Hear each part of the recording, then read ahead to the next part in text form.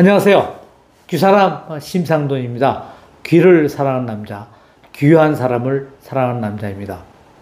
이번 영상에서는 아산병원 이비인후과 교수로 재직 중인 안종호 교수님께서 청각과 난청, 보청기에 대한 많은 지식을 주실 예정입니다. 특히 안종호 교수님께서는 이어드림이라는 유튜브 채널로서 많은 구독자를 가지고 계시고요. 특히 청각과 난청, 보청기에 대한 지식이 필요하신 분들은 많은 구독을 하고 있는 걸로 알고 있습니다. 이번 영상에서는 난청과 청각, 보청기에 대한 많은 정보를 여러분들에게 들려 예정이니까 많은 구독을 바라겠습니다. 자, 그럼 안종호 교수님께서 아주 특별한 강의를 시작하겠습니다. 안녕하세요. 귀건강 지킴이 서울 아산병원 이비인후과 교수 안종호입니다. 이번 시간에는 반복적인 어지러움과 이명, 그리고 난청을 일으킬 수 있는 질환인 메니에르병에 대해서 알기 쉽게 설명드리도록 하겠습니다. 일반적으로 어지러움은 나이 지긋하신 어르신에게 주로 생긴다고 생각하기 쉬운데요. 중년층에 비교적 흔한 이석증 때문에 그런 것 같습니다.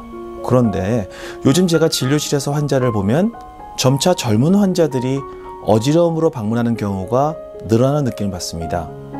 그 원인들 중 하나가 메니에르병을 의심해서 오는 분들인 것 같습니다.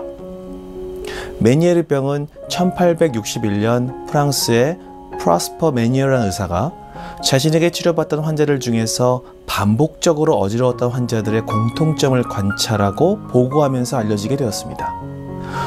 저도 제 이름 붙인 무언가 남기고 싶긴 한데 앞으로 열심히 진료해야 할 것 같습니다.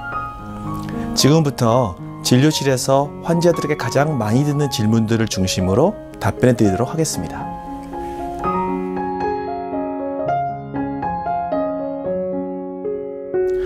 메니에르병은 뇌의 질환으로 반복되는 어지럼, 이명 혹은 이충만감, 그리고 변동성의 청력 소실을 특징으로 하는 달팽이관의 질환입니다. 메니에르병은 특징적인 어지럼이 있는데요. 20분 정도에서 수시간 동안 빙글빙글 돌아가는 회전성 어지러움을 그 특징으로 하며 이때 토하거나 메슥메슥하기도 합니다. 발생 빈도는 우리나라와 비슷한 일본의 예를 들어서 대략 인구 10만 명당 30명 전후가 되지 않을까 생각하고요. 메니에르병의 발생 기전은 좀 복잡하긴 한데 간단히 설명드리면 우리 몸 혈관에 혈액이 흐르듯이 달팽이관 내부에는 뇌 림프액이 흐릅니다. 이 뇌 림프액이 만들어지고 흘러가고 흡수되는 과정에서 뇌 림프액이 과도하게 만들어지거나 뇌 림프낭에서 흡수가 잘 안 되거나 흘러가는 관이 좁아지거나 해서 발생할 수 있습니다. 원인으로는 어릴 적 바이러스에 의한 뇌염증이나 혈관 문제 혹은 자가면역성 질환을 생각할 수 있고요. 그림에서 보시는 것처럼 파란색으로 보이는 게 달팽이관에 림프액이 고여있는 곳인데 이것이 팽창하면서 결국 터지게 되고 그때 심한 어지러움과 난청, 이명이 발생하게 됩니다. 메니에르병은 상염색체 우성으로 10에서 20% 정도 가족력이 보고되고 있습니다. 그런 경우 양측성으로 메니에르병이 오기도 합니다. 그렇다고 너무 겁을 들이는 것은 아니니까 무서워하지 마시기 바랍니다. 메니에르병은 치료될 수 있는 병입니다.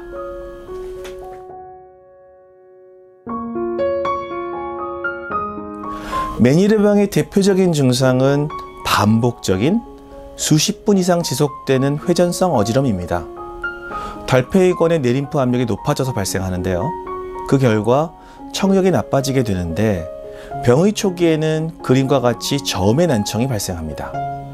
귀가 먹먹해지고 웅웅 하는 이명이 들릴 수 있죠.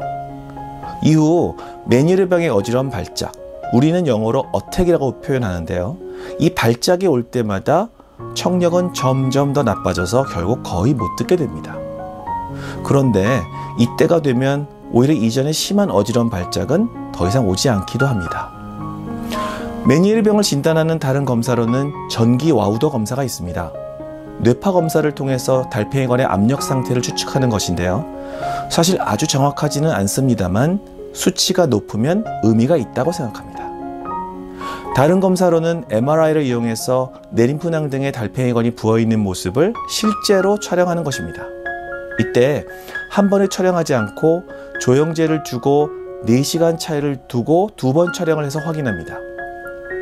지금 보시는 사진은 왼쪽 귀의 메니에르병 환자의 MRI인데요. 빨간 화살표가 가리키는 달팽이관, 내림프낭 등이 하얀 화살표가 가리키는 기관에 비해 가운데가 텅 빈 것처럼 검게 보이시죠? 이게 달팽이관에 림프액이 가득 차서 팽창했다는 의미입니다. 이렇게 내림프낭이 뚜렷하게 부어있는 경우에는 메니에르병의 치료를 위해서 내림프낭 감압술을 하기도 합니다. 그런데 뭐니 해도 메니에르병의 진단은 현재까지도 환자의 증상을 가지고 시행하는 것입니다. 2015년 전 세계 관련 학회들이 모여서 메니에르병의 진단 기준에 대해서 새로운 제안을 했는데요. 보시는 것처럼 상당히 단순해졌습니다. 우선 확실한 메니에르병은 20분에서 12시간 정도 지속되는 어지럼이 2회 이상 반복되고 어지럼 전후로 확인된 주로 저음역의 난청, 그리고 변동성의 난청, 이명, 귀막힘 증상을 가지고 있는 경우에 진단할 수 있습니다. 반면에 가능한 메니에르병은 확실한 메니에르병 진단 기준들 중 변동성의 난청, 이명, 귀막힘 증상을 뺀 나머지를 보이는 경우에 진단할 수 있습니다. 물론 두 가지 모두 다른 전정기관의 질환이 아니어야겠죠. 이 영상을 보시는 여러분 혹은 주변 분들이 이런 증상으로 괴로워하고 힘들어하신다면 가까운 이비인후과 진료를 보실 것을 당부드립니다.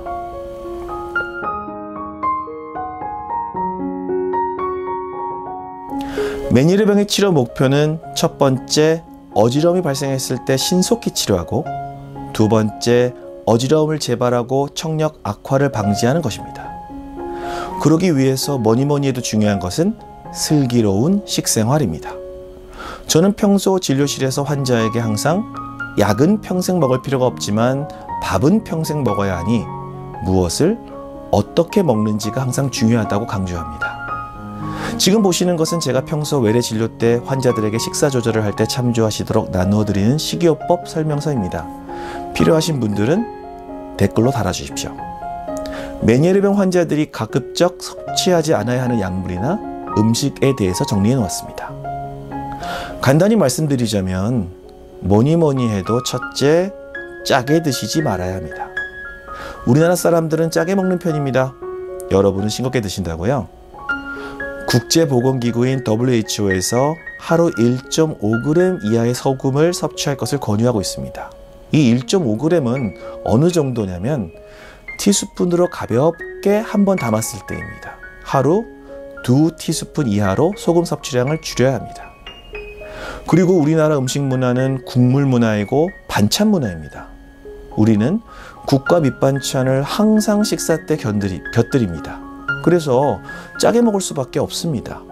싱겁게 드시기 위해서는 먼저 음식을 미지근하게 식혀서 드십시오.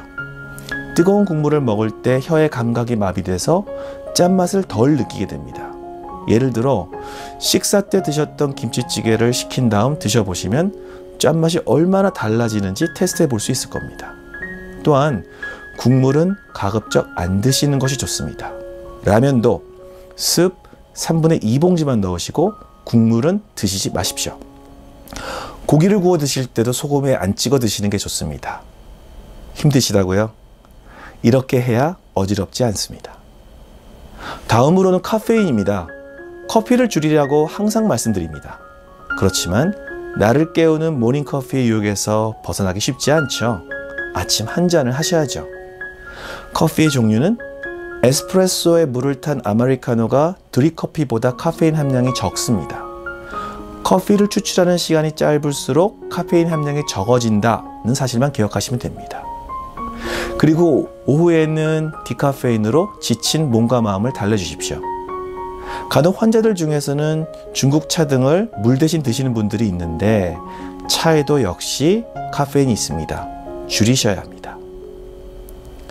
세 번째로는 알코올 섭취입니다. 과다한 알코올 섭취는 전해질을 교란시켜서 어지럼을 일으키고 또 이뇨작용이 있어서 몸에 무리를 줍니다. 그래서 술은 가급적 기분 좋을 정도로만 드시는 것이 중요합니다. 반면에 물은 많이 드시는 것이 좋습니다. 짜게 먹으면 물을 들이키죠. 소금은 물을 끌고 다닙니다. 그래서 다음에 말씀드리겠지만 메니에르병 치료에 우리 몸에서 소금을 제거하는 이뇨제를 쓰는 것입니다. 보통 하루 1리터 이상 드실 것을 권유드리는데요. 이렇게 들어온 물은 우리 몸의 소금 농도를 희석시키고 달팽이관의 압력을 낮추어 줍니다. 자, 이상으로 대략적인 권장 식습관에 대해서 말씀드렸고요. 다음은 일상생활에서 지켜야 할 것들에 대해서 말씀드릴 차례네요. 우선 규칙적인 생활을 해야 하고요.